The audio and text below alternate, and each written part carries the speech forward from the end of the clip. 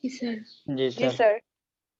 ওকে, so আমরা গতদিন যেটা করছিলাম গতদিন আমরা পড়াইছিলাম হলো অ্যাডোলেসেন্সের লেসন 1টা ইউনিট 5। আজকে আমরা 2টা নিয়ে একটু আলোচনা করব। যেটা বলছিলাম যে আহ, এই এইজটা তোমরাও এখন স্পেন্ড করতেছো, so তোমাদের সাথে রিলেটেড একটা chapter, adolescence and some related problems in Bangladesh. অর্থাৎ অ্যাডোলেসেন্স পিরিয়ডের সময় মানুষের কি কি প্রবলেম গুলা হয় বা কি কি প্রবলেম গুলো আমরা ফেস করি, এই চ্যাপ্টারটা। এইটার উপরে অনেকগুলা কোয়েশ্চেন তুমি পাবা, অনেক বোর্ডে আছে, অনেক ঢাকার অনেক কলেজে আছে।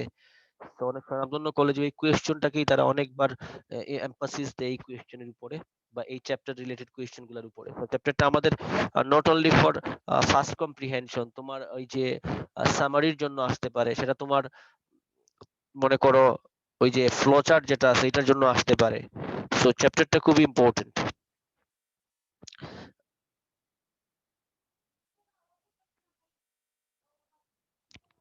সবাই দেখো চ্যাপ্টারটার নামটা পড়া যাচ্ছে কিনা। চ্যাপ্টারটার নামটা পড়েই বোঝা যাচ্ছে যে কি হইতে পারে চ্যাপ্টারের মেইন থিম গুলা, তাই না? Yes sir.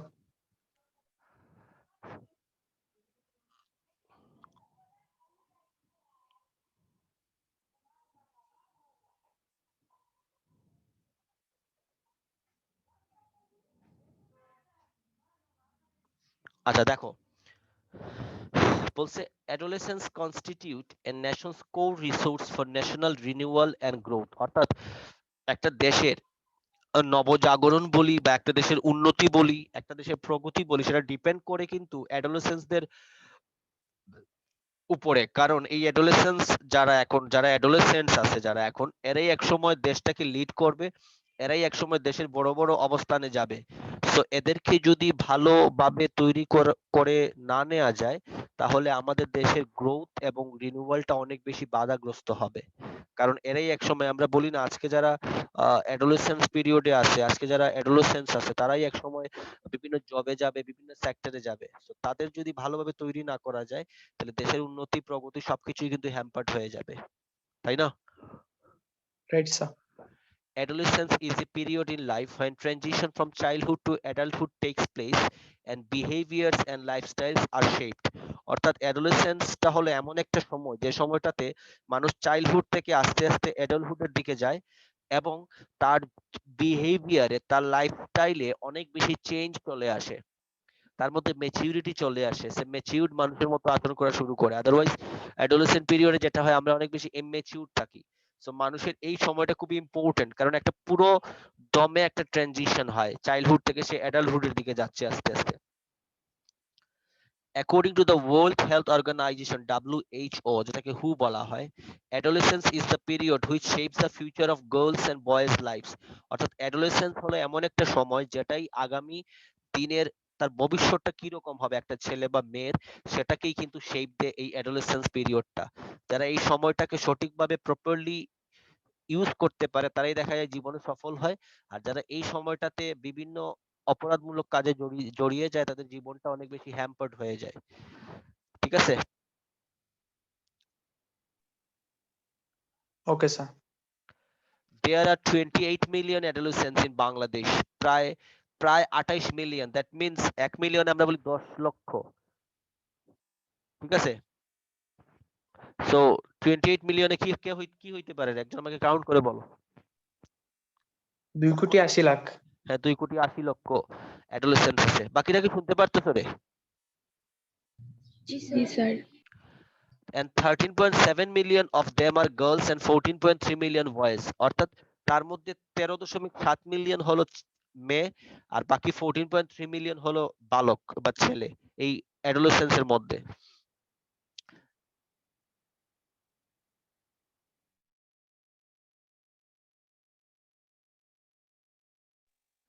আচ্ছা দেখো, বলছে the situation of adolescent girl in Bangladesh is characterized by inequality and subordination within the family and society। But আমাদের দেশে মেয়েদের অবস্থানটা হলো সব সময় দেখো তারা ইনইকুয়ালিটি ফেস করে, তাদেরকে সবসময় সাবঅর্ডিনেট করে রাখা হয় ফ্যামিলিতে এবং সোসাইটিতে। মানে মনে করা হয় যে তাদেরকে সবসময় সাবঅর্ডিনেটিং ওয়েতেই যাইতে হবে, তাদের কথা বলার অধিকার থাকবে না, তাদের অনেক জায়গায় নিজেদেরকে সংযত করে রাখতে হবে, তারা বিভিন্ন ধরনের অসমতার শিকার হয়। এটা আমাদের দেশের মানে বাস্তবিক একটা চিত্র, এটা আমরা কেউ অস্বীকার করতে পারবো না। This inequality leads to widespread practice of child marriage, marginalization of or exclusion from health, education and economic opportunities, and vulnerability to violence and sexual abuse. অর্থাৎ এই যে সমাজে তাকে অনেক ধরনের ইনইকুয়ালিটি ফেস করেছে, সেটার কারণে অনেক দেখা যায় মেয়েদেরকে চাইল্ড ম্যারেজ দিয়ে দেওয়া হয়, তাদের জীবনটাকে এই জায়গায় কনক্লুড করে দেওয়া হয়। তারা হেলথ, এডুকেশন, তাদের ইকোনমিক অপরচুনিটিস বলো, তাদের জীবনটা অনেক বেশি রিস্কি থাকে। মানে সব দিক দিয়ে বলতেছে এই ইনইকুয়ালিটির কারণে তাদের জীবনে বিভিন্ন ধরনের সমস্যা তাদেরকে ফেস করতে হয়। In Bangladesh, the legal age of marriage is 18 for girls and 21 for boys. However, 33% of adolescent girls are married before the age of 15 and 60% become mothers by the age of 19. কিন্তু unfortunately আমাদের দেশে দেখা যায় এখনো, যদিও মানুষ বলে যে বাল্যবিবাহটা নাই, কিন্তু এখনো অনেক বাল্যবিবাহ হচ্ছে এবং এটার ওয়ার্স্ট ভিকটিম হলো মেয়েরা হয়। ঠিক আছে? Research finds that adolescents with higher level of education and from more affluent families tend to marry at a later age. এটার একটা বড় কারণ হলো আমাদের ইকোনমিক্যাল ইনসলভেন্সি। দেখা যায় যারা একটু ইকোনমিক্যালি সলভেন্ট যে ফ্যামিলিগুলা, এরা এইরকম আর্লি ম্যারেজের সাথে ইনভলভ না, বাট যাদের ফ্যামিলিগতভাবে যারা ফিনান্সিয়ালি একটু পিছিয়ে থাকে, তারাই দেখা যায় মেয়েদেরকে আর্লি ম্যারেজ দিয়ে দেয়। ঠিক আছে? সো এটা একটা ইকোনমিক একটা বিষয় আছে এই জায়গায়। Boys, however, become ready for marriage only after several years of adolescence and young adulthood. কিন্তু অন্যদিকে ছেলেদের এই সুযোগটা থাকে, তারা অ্যাডোলেসেন্সের পরে বা নিজেদেরকে একটু প্রতিষ্ঠিত করার পরে বিয়ে করার সুযোগ থাকে, কিন্তু মেয়েদের এই সমস্যাটা থেকে যায়, কারণ তাদেরকে ফোর্স করা হয় যে টাকার অভাবের কারণে বিয়ে দিয়ে দিল, তাইলেই মনে করে যে সমস্যাটার সমাধান হয়ে গেছে। ঠিক আছে? Okay, sir. বাকিটা কি বুঝতে পারছো রে? জি স্যার। জি স্যার। Okay. Yes, sir.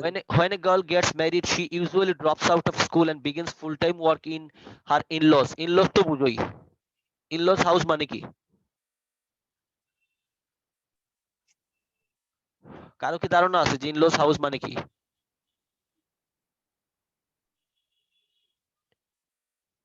সেটা কি উকিল জাতীয় কিছু এরকম? In-laws মানে হলো শ্বশুর বাড়ি। ঠিক আছে? ও স্যার, বুঝতে বুঝতে পারলাম। যেমন আমরা বলি না যে she is my sister in law, brother in law, বলি কি না? জি স্যার।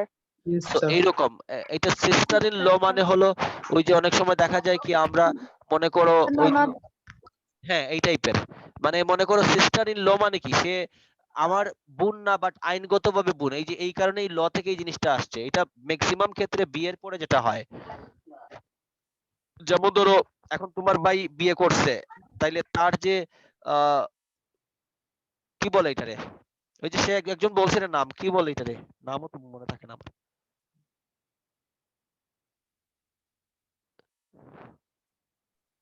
কি হইলো রে, কেন বললো নামটা কি হয়? বুঝি নাই স্যার, কি বলছেন? সিস্টার ইন ল মানে একজন তো বললো, একটু আগে শুনলাম কি একটা শব্দ বললো, আমি তো নামটা ভুলে গেছি। জানি নাকি স্যার? ওই যে ননদ টাইপের যেটা আর কি, মানে সহজ কথায় হলো বিয়ের পরে যদি তোমার, হ্যাঁ মাদার ইন ল মানে হলো তোমার শাশুড়ি, এইরকম টাইপের আর কি। আর ফাদার ইন ল মানে হলো শ্বশুর, আর নরমালি ফাদার মাদার তোমরা বুঝি। সো এটা হলো আফটার ম্যারেজের পরে যে রিলেশনটা হয় সেটাকে বলা হচ্ছে ইনলজ রিলেশনশিপ, এবং সেই বাড়িটা হলো ইনলজ হাউস। ঠিক আছে? অর্থাৎ যখন তার বিয়ে হয়ে যায় তখন সে দেখো ইনলজ এর হাউসে চলে যায়, অর্থাৎ শ্বশুর বাড়িতে যাইতে হয়, এবং সেই জায়গায় গিয়ে এই আর্লি ম্যারেজের কারণে তার সবকিছু মার্জিনালাইজড হয়ে যায়। She becomes vulnerable to all forms of abuse including to dowry related violence.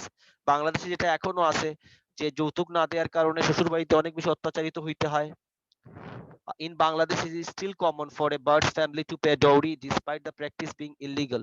যদিও ডাউরি দেওয়াটা অনেক বেশি ইলিগাল, বাট স্টিল কিন্তু এটা আমাদের দেশে এখনো হইতেছে, তাই না? আমরা টিভিতেও দেখি, ইভেন রিয়েল লাইফেও এরকম হইতেছে অনেকেরই ক্ষেত্রে। যেমন ধরো আগে ছিল ডিরেক্টলি বলতে, এখন ডিরেক্টলি না ইনডিরেক্টলি, যে ওইটা দিতে হবে, ওইটা দিতে হবে, বাইক দিতে হবে, ওইটা দিতে হবে, এরকম বলে না অনেকেই। তো এটা কিন্তু এক ধরনের ইনডিরেক্ট ডাউরি নেওয়াটাই হচ্ছে আমাদের সমাজে এখনো বিয়ের ক্ষেত্রে। Right sir.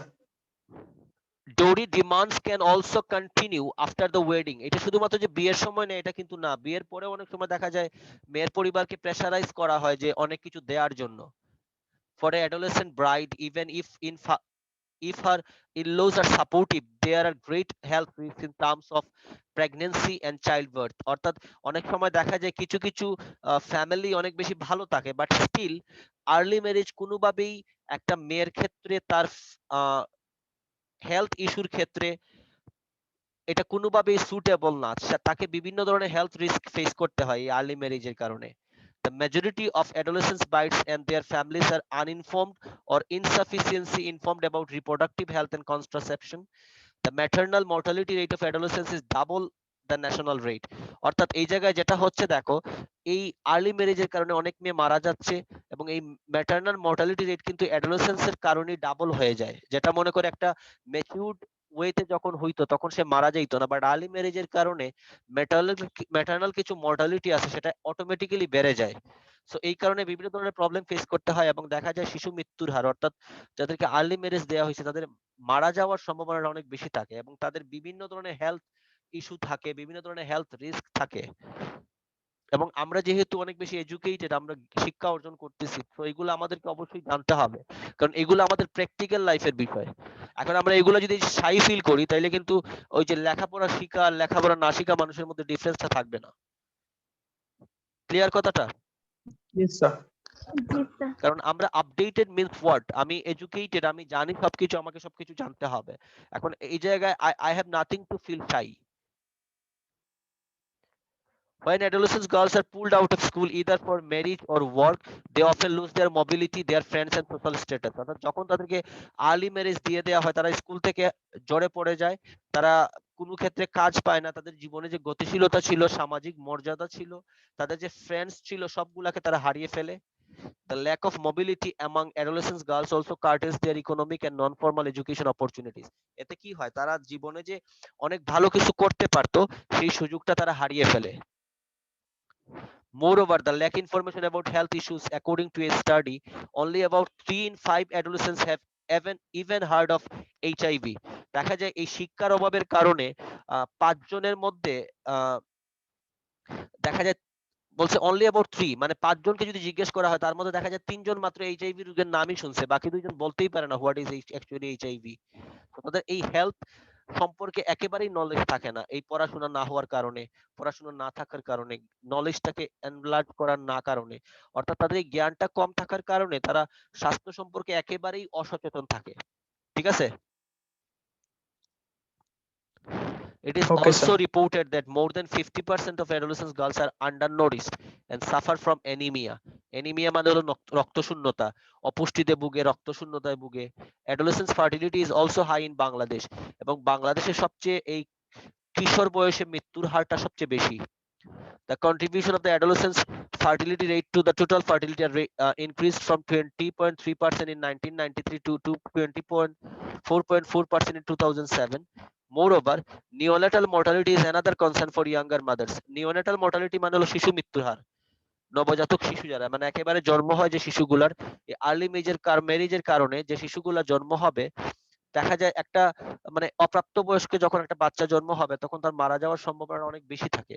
সো এই রিলেটেড প্রবলেমটা শুধু মেয়েদের সাথে রিলেটেড না, যখন নিওনেটাল একটা মর্টালিটি রেট আছে, নিওনেটাল একটা বেবি হয়, সেটাও মারা যাওয়ার সম্ভাবনা অনেক বেশি। সো টোটাল একটা হেলথ রিস্ক, মানে ক্ষতিকর। হ্যাঁ, নিওনেটাল মর্টালিটি মানে হলো নবজাতক শিশু, যেটাকে বোঝাচ্ছে আর কি, নিওনেটাল, এটা আন্ডারলাইন করে রাখতে পারো। নতুন জন্ম নেওয়া শিশুকে নিওনেটাল বলা হয়, নিওনেটাল বেবি বা নবজাতক বলা যায়। কিন্তু অন্যদিকে Okay, sir. দেখো, while the situation for adolescent boys is somewhat better, কিন্তু অন্যদিকে ছেলেদের অবস্থাটা একটু ভালো, কিন্তু এদের আবার রিস্ক অন্যদিক দিয়ে বেশি। Many are vulnerable and lack the power to make decisions about their own lives. Many boys who are unable to go to school or unemployed remain unaware of social and health issues. They are at considerable risk of being drawn into criminal activities. They are also more likely to get exposed to drugs, and alcohols কিন্তু ছেলেদের এই প্রবলেমটা না, তাদেরকে early marriage দেওয়া হচ্ছে না, but তারা যদি স্কুল ছেড়ে দেয় পড়াশোনা, তারা যদি বেকার থাকে তাহলে তাদের বিভিন্ন ধরনের ক্রিমিনাল অ্যাক্টিভিটিসে ইনভলভ হওয়ার সম্ভাবনা থাকে। ইভেন অনেকে ড্রাগস এবং অ্যালকোহলে একেবারে এডিক্টেড হয়ে যায়। সো প্রবলেম কিন্তু দুইজনেরই আছে। অ্যাডোলেসেন্ট বয়েজেরও যেমন প্রবলেমস আছে, গার্লসেরও প্রবলেমস আছে, বাট গার্লসের যেটা হচ্ছে তাকে আর্লি ম্যারেজ দিয়ে দেওয়ার কারণে তারা অনেক ধরনের প্রবলেম ফেস করতে হচ্ছে। একইভাবে কিন্তু ছেলেদেরও বিভিন্ন প্রবলেম আছে, যদিও তাদের আর্লি ম্যারেজ হচ্ছে না, বাট তারা বিভিন্ন ধরনের হেলথ রিস্ক তাদেরও থাকে, কারণ তারা ড্রাগসে এডিক্টেড হয়ে যায়, অ্যালকোহল এডিক্টেড হয়ে যায়, অনেকে আবার বিভিন্ন ধরনের ক্রাইমের সাথে নিজেদেরকে ইনভলভ করে ফেলে। সো এই সময়টা হলো আসলেই একটা ইম্পর্টেন্ট সময়। তুমি যদি এই সময়টাকে যদি রিকভার করে চলতে পারো, তাইলে দেখবা তোমার ফিউচারটা একেবারে ব্রাইট এন্ড কি হবে, প্রসপারাস হবে। আদারওয়াইজ ওই সময়টাতেই মানুষের নষ্ট হয়ে যাওয়ার, খারাপ হয়ে যাওয়ার প্রচুর সুযোগ থাকে, এবং তোমরা কিন্তু এক্স্যাক্টলি সেম সময়টাই পার করতেছো। সো তোমরা এটা একেবারে রিয়েলি এটা ফেস করতে পারতেছো, এই চ্যাপ্টার রিলেটেড কথাগুলা সবার ক্ষেত্রে এরকম হইতেছে। এবং এই সময় দেখা যায় যে বলে যে ড্রাগ এডিক্টেড হয়ে যাওয়ার সম্ভাবনা ছেলেদের অনেক বেশি। অনেকে ফ্যাসিনেশন থেকে ড্রাগ এডিক্টেড হয়ে যায়, যে মনে করে যে নিজেকে একটু স্মোক করলে মনে হয় স্মার্ট লাগবে, এরকম অনেক ছেলে আছে না? তোমাদের কি লজ্জা আছে স্যার। লাগছে বলতে? এরকম অনেকেই আছে, মনে করে যে না একটু সিগারেট খাইলে মনে হয় একটু স্মার্ট লাগবে। বাট একটা কথা হইলো, দেখো একটা কথা আছে যে জি smoking sir. Causes nothing but death. Smoking এর কোনো গুড বেনিফিট নাই, এটার কোনো ভালো দিক নাই। তো যে জিনিসের কোনো ভালো দিক নাই সেটা আসলে অবশ্যই আমাদের জন্য ক্ষতিকর, তাই না? সব দিকে ব্যাড। হ্যাঁ, সব দিক দিয়ে। এটাই তো বললাম যে smoking causes nothing but danger. মানে এটা ডেঞ্জার ছাড়া, খারাপ জিনিস ছাড়া ভালো কিছুই নাই এটার। আর আমাদের যারা ছেলেরা আছে এরা যদি মনে করো যে না একটু রাইট। সিগারেট খাইলে একটু স্মার্ট লাগবে, তাহলে এটা একেবারে অ্যাবসলিউটলি রং কনসেপশন আপনার। ঠিক আছে? দেখবেন পরে ওই যে ছোটবেলায় একটা অ্যাড দেখতাম আমরা, সিগারেট থেকে শুরু, শেষকালে হেরোইন হয়ে যাবে। Right sir. So better to avoid. মানে এইরকম যারা বন্ধু বান্ধব আছে যারা এগুলোর সাথে ইনভলভ, তাদেরকে আমরা বরং ছেড়েই দেই, সমস্যা নাই। আমি ভালো বন্ধুদের সাথে চলাফেরা করব, কারণ আমার লাইফটা আমার বাবা মা আমার পিছনে ইনভেস্ট করতেছে আমাকে ড্রাগ এডিক্টেড হওয়ার জন্য না, আমি ক্রিমিনাল হওয়ার জন্য না। এরকম কি কারো বাবা মা আছে এই জায়গায় যে তোমাকে ইনভেস্ট করতেছে যে তুমি বড় হয়ে একজন বড় ড্রাগ এডিক্টেড হবা অথবা ক্রিমিনাল হবা? এরকম কেউ কি আছে কারো বাবা মা এই জায়গায়? জি না স্যার। কি বাকিদের আছে নাকি? বাকিরা কথা বলতেছে না কেন? জি না স্যার। অবশ্যই অবশ্যই নাই। প্রত্যেকটা বাবা মাই চাচ্ছে যে তার ছেলে বা মেয়ে ভালো হোক, এইগুলা থেকে বিরত থাকুক। তো তোমরা যেহেতু সচেতন মানুষ, স্যার যার এইগুলা এরকম চিন্তা তার সারা জীবনের হেলে দিব। হ্যাঁ অবশ্যই এইটাই। সো এগুলা তোমাদেরকে বুঝতে হবে। এই চ্যাপ্টার গুলো তোমাদের দিছে, দেখো এক হলো তোমাদের পড়াশোনা রিলেটেড বিষয়, ঠিক আছে, আবার এটা তোমাদের একেবারে রিয়েল লাইফের সাথে এই চ্যাপ্টার গুলো ইনভলভড। সো তোমরা এইগুলা থেকে আরেকবার একটু জ্ঞান নিতে পারো যে আমাদেরকে আসলে এইগুলা থেকে নিজেদেরকে দূরে রাখতে হবে। আমরা এই জিনিসগুলোর সাথে কখনো নিজেদেরকে ইনভলভ করব না, তাইলে দেখা যাবে একটা ব্রাইট এন্ড প্রসপারাস ফিউচার আমরা পাবো, তাই না? Yes sir. বা আমার কথা সবসময় মনে রাখতে হবে যে তাদের যেমন আমাদের প্রতি রেসপন্সিবিলিটি, আমাদের কিন্তু তাদের প্রতি রেসপন্সিবিলিটি আছে। কারণ তুমি একটা খারাপ কাজ করলে সেটা তোমাকে মানুষ বকা দিবে না, তোমার ফ্যামিলিকে বলবে, তোমার বাবা মাকে বলবে। তো তোমার কোনো রাইট নাই তোমার বাবা বা মাকে তুমি বকা বা গালি খাওয়ানোর। So be careful. Yes sir. এগুলোর ব্যাপারে আমরা অনেক বেশি সচেতন থাকবো। So, এই চ্যাপ্টার রিলেটেড অনেকগুলো এমসিকিউ আছে, অ্যানসারিং কোয়েশ্চেনস আছে, তোমরা পাবা। আমি আরেকটা জিনিস যেটা বলতে চাচ্ছিলাম, একটা কবিতা আছে এটার মধ্যেও। এই কবিতাটা যদি একটু সময় কভার হয়, আমি শুরু করে দিই, যদি শেষ না হয় তাহলে আমরা আবার জয়েন করব, ঠিক আছে? 5-10 মিনিটের জন্য হবে না? ক্লাস তো নাই তোমাদের পরে। Okay sir. Okay sir. আচ্ছা দেখো, এই চ্যাপ্টারটা হলো, মজা পাবা তোমরা চ্যাপ্টারটা পড়লে। এটা হলো why does a child hate school. এটা একটা কবিতা, এই জায়গার মধ্যে থিম, এটা থেকেও থিম আসতে পারে। তো এটা থেকে বোঝা যাচ্ছে যে why does a child hate school, একটা বাচ্চা কেন স্কুল অপছন্দ করে। এবং এটা ছোটবেলা আমাদের সবার ক্ষেত্রেই, আমরা কেউই কিন্তু মনের ইচ্ছে স্কুলে যাইতে চাই নাই। প্রথম দিকে কয়েকদিন গেছি, বাট যখন দেখা গেছে এটা অনেক প্রেসারের বিষয়, তখন আমরা অনেকেই কিন্তু স্কুলে যাইতে চাইতাম না। এরকম অনেকের ক্ষেত্রেই ঘটে, আমাদের ক্ষেত্রেও ঘটছে। তোমাদের ক্ষেত্রে ঘটছে কিনা? জি স্যার, প্রথমে তো ভালো লাগতো না। না, প্রথম ভাল লাগে একেবারে যখন প্রথম দিকে, আবার কিছুদিন যাওয়ার পরে দেখা যায় এত প্রেসার, এটা সেটা ভাল লাগে না। আমার স্কুলটা একেবারে ভাল লাগতো না। ফার্স্ট টাইম ভালো লাগে, তারপর ভালো লাগে। আমি 6-7 এ যখন পড়াশোনা করতাম তখন একেবারে ভালো লাগতো না, মনে হইতো যে কি দেখো তো, এই যে যাওয়ার সময় দেখতাম যে ছেলেরা খেলাধুলা করতেছে আর আমার স্কুলে যাইতে হইতেছে, খুব খারাপ লাগতো। মনে হইতো যে এদের জীবনটাই তো আনন্দের। জি স্যার, স্যার, এরকম আমারও মনে হইতো। আবার অনেকে আছে দেখা যায় স্কুলে খুব পছন্দ করতো যাওয়ার জন্য।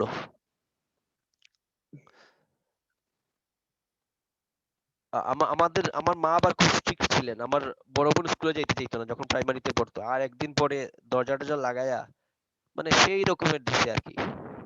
এরপরে আমার বোন আর একদিন স্কুল বন্ধ করে নাই। এখন আমার যে বোনরে মাইর দিছিল প্রাইমারি স্কুলে, এখন ওই বোনই আবার ওই স্কুলের টিচার হয়ে গেছে প্রাইমারি স্কুলে। ওয়াও, নাইস স্যার, তবে ইন্টারেস্টিং। স্কুলটা চিনো তোমরা, এই যে তোমাদের বর্ডার গার্ডের সামনে যে প্রাইমারি স্কুল গভর্নমেন্ট, জি স্যার, ওই স্কুলে আমি পড়ছি। হ্যাঁ ওই স্কুলে আমার বোন টিচার প্রাইমারি স্কুলের। আমরা ওই স্কুলের স্টুডেন্ট ছিলাম রে। তুমি যে প্রাইমারি স্কুলে পড়ছো। Sir, cousin sister? না না, আমার আপন বোন, বড় বোন। ও স্যার, আমি ওই দিন আপনি বলছিলেন only child of your parents, আমি না, ভাবছিলাম বলছি আপনি অনলি সান আপনি বলছি। জি স্যার, বুঝতে পারছি এখন। আমার দুই বোন, ছোট বোন একটা আর বড় বোন একটা। জি স্যার, সবাই কি টিচার হবেন নাকি? না, সবাই ছোট স্যার বোনের। আপনি কি একা? হ্যাঁ আমি একা, আমি এক ছেলেই আমার বাবা মার। আর আমার দুই বোন, এক বোন প্রাইমারি স্কুলের টিচার আর এক বোন পড়াশোনা করতেছে, আমার 5-6 বছরের ছোট। তার স্বপ্ন জানি না, তার রান্না বান্না বেশি ভাল লাগে। সে চাকরি টাকরি করবে কিনা, মানে সে হলো, তারে জিজ্ঞেস করলে বলে যে ফ্যামিলি চালানো তো একটা চাকরি। এই যে রান্না বান্না করি করে আমি, রাইট তোমাদের স্যার, রাইট। কাপড় চোপড় ধুয়ে দিতে হয়, এগুলা কে করতো যদি আমি চাকরি করতাম, এরকম আর কি। এক এক মানুষের মেন্টালিটি এক এক রকম না। জি স্যার।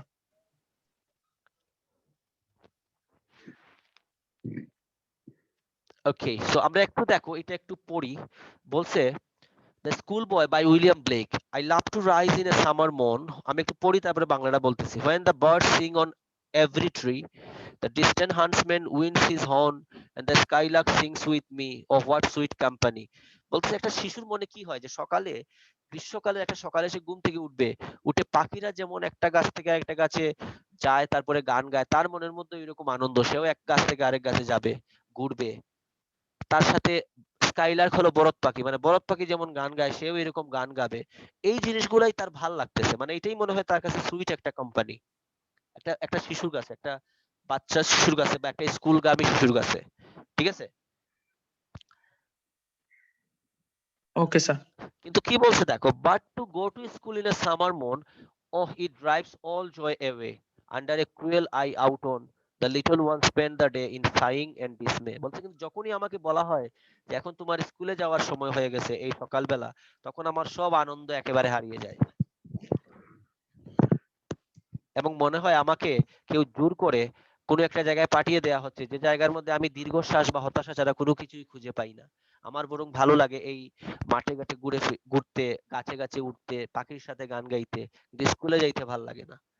ঠিক আছে, okay sir. and oh then at times I drooping seat and spend many an anxious hour। বলছে এই যে স্কুলে যে সময়গুলো আমার যায়, এগুলো আমার কাছে অ্যাংশাস লাগে, মানে অনেক বেশি চিন্তার লাগে, আমার কাছে আনন্দ পাই না আমি এগুলোর মধ্যে। nor in my book can I take delight। এই বইগুলোর মধ্যে কোনো আনন্দ নাই। nor sit in learning's power on through with the dreary shower। মানে মনে হয় যেন কেউ আমাকে লার্নিং এর একটা পুরো একটা মানে মানে কি বলবো একটা ভান্ডারের মধ্যে বসায় দিছে, যে জায়গায় বসে এত বই পড়া, এত কিছু, এত জ্ঞান অর্জন করা, এগুলা কোনো কিছুই আমার ভালো লাগতেছে না।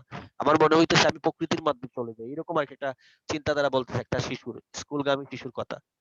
ঠিক আছে, তখন সে আবার বলতেছে কি ওকে স্যার। দেখো, how can the bird that is born for joy, যে পাখিটা জন্মগ্রহণ করছে আনন্দের জন্য, তাকে যদি sit in a cage and sing, তাকে যদি খাঁচার মধ্যে বন্দি করা হয়, তাহলে সে আনন্দটা কেমনে করবে? এখন সে তার নিজের পাখির সাথে তুলনা করতেছে, বলতেছে আমি তো প্রকৃতিতে থাকার কথা, খোলা ময়দানে থাকার কথা, আমাকে এই খাঁচার মধ্যে কেন আইনা বন্দি করে দেয়া হয়েছে? আমার এটা ভালো লাগতেছে না।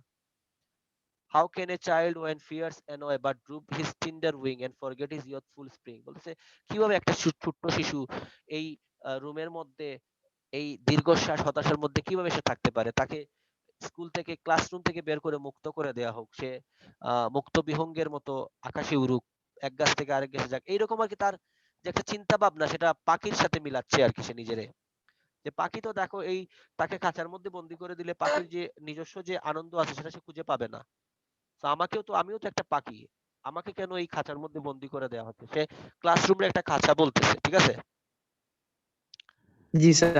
Oh father and mother, if birds are nipped and blossoms blown away, and if the tender plants are stripped of their joy in the springing day by sorrow and care's dismay, সে তার মা বাবাকে বলতেছে আমার আনন্দটাকে যদি তোমরা একেবারে শুরুতেই নষ্ট করে দাও, তাহলে আমি আমার জীবনে আনন্দটা আর কোথায় পাবো? আমাকে তো তোমরা হতাশায় একেবারে ডুবিয়ে ফেলতেছো। আমি এই হতাশার মধ্যে থাকতে চাই না, আমি আমার জীবনটাকে উপভোগ করতে চাই। How shall the summer arise in joy of the summer fruits appear? Or how shall we gather what griefs destroy? Or bless the mellowing year when the blasts of winter appear? মানে বলতেছে আমি সামারে থাকতে চাই, আমাকে কেন winter? মানে আমি তোমাদের এই পুরো কবিতার মধ্যে একটা মারাত্মক সুন্দর জিনিস আছে, দেখো একটু খেয়াল করে দেখো, একেবারে প্রথম লাইনে কোন সিজনের কথা বলা হয়েছে দেখো, এই যে I love to rise in Summer. Summer, আর একেবারে লাস্ট লাইনে দেখো বলা হচ্ছে, এই জায়গায় খেয়াল করে দেখো, when the blasts of winter। So winter. পাইছো কিনা? Yes sir. এটা দ্বারা স্যার কি বোঝানো পাইছি। হয়েছে জানো? যে মানুষের জীবনটা শুরু হয় সামারের মতো, মানে অনেক সুন্দর থাকে, আর উইন্টারে গিয়ে কি হয়, আস্তে আস্তে তার জীবনের সবকিছু জ্বরে পড়ে যায়, আনন্দ চলে যায়, উপভোগ করার যে সময় জি সেটা স্যার। চলে যায়। কারণ উইন্টারে গিয়ে কি হয়, গাছ থেকে পাতাগুলা ঝরে যায়। উইন্টারের প্রকৃতি কিন্তু সুন্দর না সামারের মতো। জি তো স্যার। পুরো রাইট কবিতাতে কি স্যার। বুঝাইছে, যে ছোটবেলা মানুষ যখন জন্ম হয়, শিশু থাকে, তখন তার জীবনটা অনেক বেশি উপভোগ্য থাকে, তার জীবনে প্রবলেম, অ্যাংজাইটিস, তার জীবনে দুঃখ কষ্ট এগুলো থাকে না। কিন্তু আস্তে আস্তে সে যখন বড় হয়, জীবনের সব আনন্দ আস্তে আস্তে হারিয়ে যায়,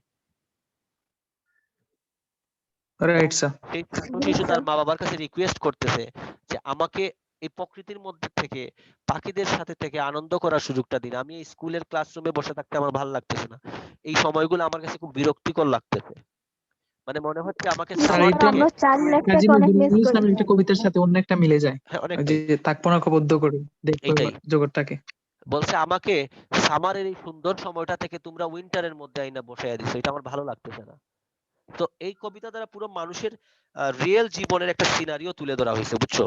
যে তোমার জীবনটা কিন্তু একই রকম, তুমি হোয়াট এভার ইউ আর, তুমি একেবারে প্রেসিডেন্ট হয়ে যাও একটা দেশের, কিন্তু তোমাকে এই জীবনের যে কিছু স্টেজ আছে, তোমার বাল্যকাল থাকবে, একসময় তুমি কিশোর হবা, তারপরে তোমার যৌবনকাল আসবে, তারপরে বার্ধক্য, তার মানে তোমাকে সেটা মেনে নিতে হবে। কিন্তু কবিতাতে কি বোঝানো হচ্ছে, যে এটা তো ছোট্ট শিশু, সেটা মানতে পারতেছিল না, কিন্তু এই ইয়েস স্যার। সামার আর উইন্টার দিয়ে বোঝানো হয়েছে এটাই হলো আসলে রিয়ালিটি, এটাই হলো জীবনের বাস্তবতা, এটা সবাইকে মানতে হবে, ইউ হ্যাভ টু। কারণ আমারও এখন মাঝে মাঝে মনে হয় যে আমি যদি আবার ওই প্রাইমারি স্কুলের লাইফে, হাই স্কুলের লাইফে যেতে পারতাম, কিন্তু এটা এই জীবনে আর কখনো সম্ভব না, কারণ আমরা তো পাস্টে কেউ যেতে পারবো না। জি স্যার। বাট এইটা কিন্তু একেবারেই বাস্তব, যে দিনগুলো যায় সেগুলো আসলেই ভালো যায়। Right sir. তো এই কবিতার একটা থিম আছে, থিমটা যদি আমার শিটে থাকে তাহলে আমি লিখে দিয়ে দিব, আদারওয়াইজ আমি কোনো জায়গা থেকে কালেক্ট করে তোমাদের দিয়ে দিব, তোমরা এটা শিখে নিবা, ঠিক আছে? এবং কবিতাগুলো আবার নিজে নিজে পড়বা, কবিতা পড়লে দেখবা মুখের যে জড়তা আছে সেই জড়তাগুলো কাটে।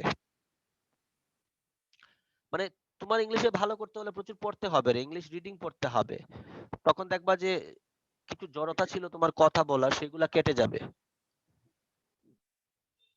আশা করি আমি যেভাবে ওকে স্যার। বুঝাইছি কবিতাটা সবাই মোটামুটি বুঝতে পারছো মেইন থিমটা কি কবিতার। জি স্যার। জি স্যার বুঝতে আগের পারছি যে স্যার। চ্যাপ্টারটা পড়লাম সেই চ্যাপ্টারটা সম্পর্কে আশা করি আমাদের একটু ভালো নলেজ হয়েছে, চ্যাপ্টারগুলো আমরা পড়বো। আর আমি থিমটা যদি দিয়ে দিই তাহলে থিমটাই আমাদের হোমওয়ার্ক থাকবে, আমি যদি গ্রুপে লিখে দিয়ে দিই, আর বাকি হোমওয়ার্ক গুলো আমি দেখে দিব। আসলে আমার ওই যে একটু আমাদের এই জায়গায় এখন তো জানো যে ওই যে স্যার সরস স্যার আগের ক্লাসের ভিডিওটা কি দেন নাই ক্লাসে? কোনটা? স্যার আগের ক্লাসের ভিডিওটা স্যার করছিলাম না ক্লাসটা, ভিডিওটা পাই নাই। হ্যাঁ দিছি, আছে, সব ভিডিও আছে, কোনো ভিডিও মিস যায় নাই। ওকে স্যার দেখে নেব। আসলে ওই যে আমাদের এখন একটু ওই সরস্বতী পূজার সময় তো পরশুদিন সরস্বতী পূজা, জানো মনে হয় সবাই স্মৃতি। তো জি এগুলা স্যার, নিয়ে একটু স্যার বিজি বন্ধ আসলে। থাকবে মেবি, বুঝি নাই। ক্লাস তো বন্ধ থাকবে না? হ্যাঁ সরস্বতী পূজার দিন ক্লাস, আমার সাথে তো তোমাদের ক্লাস নাইও মনে হয় 16 তারিখ। জি স্যার নাই, ঠিক আছে। আর ওই দিন মনে হয় বন্ধই থাকবে ক্লাস, অফিসিয়ালি তো ওই দিন কলেজ বন্ধ। আর জি স্যার বন্ধ থাকে। আর একটু কাজ নিয়ে আসলে আমি একটু দৌড়াদৌড়ির মধ্যে, এই কারণে তোমাদের হোমওয়ার্ক গুলো দেখতে পারতেছি না, but I will check it out, don't worry. আর যেটা হলো যে ওকে স্যার।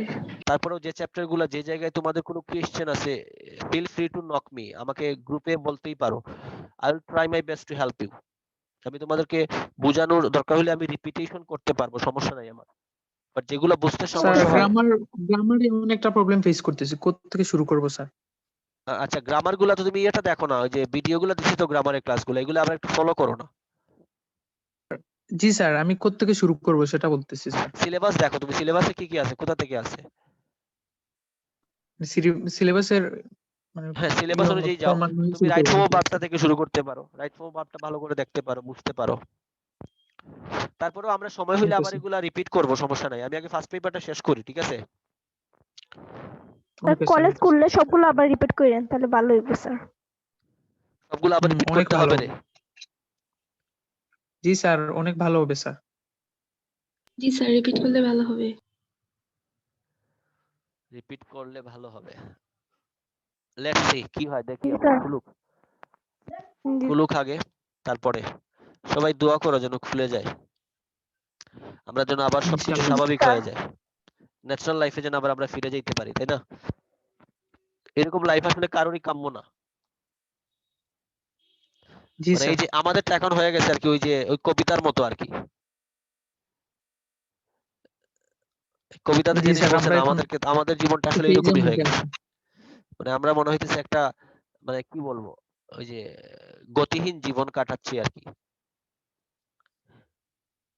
তো hope for the best. But একটা রিয়েলিটি হচ্ছে স্যার, সবকিছুই চলতেছে ঠিকঠাকই আগের মতোই, জাস্ট এই শিক্ষা প্রতিষ্ঠানে সব প্রবলেম, আই থিংক স্যার। এটা আসলে অনেক সেনসিটিভ একটা বিষয়। এখন একটা বাচ্চা অসুস্থ হয়ে গেল, কলেজ খুললো, স্কুল খুললো, এটা রেসপন্সিবিলিটি কে নিবে? জি স্যার, ট্রু, বাট আমি যেটা বলছি স্যার, সবকিছুই নর্মালি চলতেছে আর হ্যাঁ কি। সবকিছু নরমালি চলতেছে, তখন কিন্তু স্যার কেউ কমপ্লেইন গভর্নমেন্ট তো করবে না। সবকিছু চিন্তা করে তাই জন্য খুলে না। হ্যাঁ, হ্যাঁ খুলে দিতে পারবে, কিন্তু বাহিরে কোনো কিছু হইলে একটা বাচ্চার কেউ রেসপন্সিবিলিটি, মানে প্রতিষ্ঠান রেসপন্সিবিলিটি নেওয়া লাগবে না, কিন্তু প্রতিষ্ঠানে আসার পরে যদি কিছু হয় তাহলে প্রতিষ্ঠানের রেসপন্সিবিলিটি, গভর্নমেন্টের রেসপন্সিবিলিটি পড়ে যাবে। জি স্যার, আমি গভর্নমেন্টের এই মানে মানে এরা চাচ্ছে যে একেবারে, আমরা চাচ্ছি যে সবাই একেবারে সবকিছু ক্লিয়ার হোক তারপরে খুলে দিবে, এই টাইপের একটা মেন্টালিটি চলতেছে আর কি। But hope for the best, দেখা যাক কি হয়। কারণ একটা কথা আছে না, যেটা আমরা কিছু করতে পারবো না সেটা আমরা মেনে নেই ভালো। জি স্যার।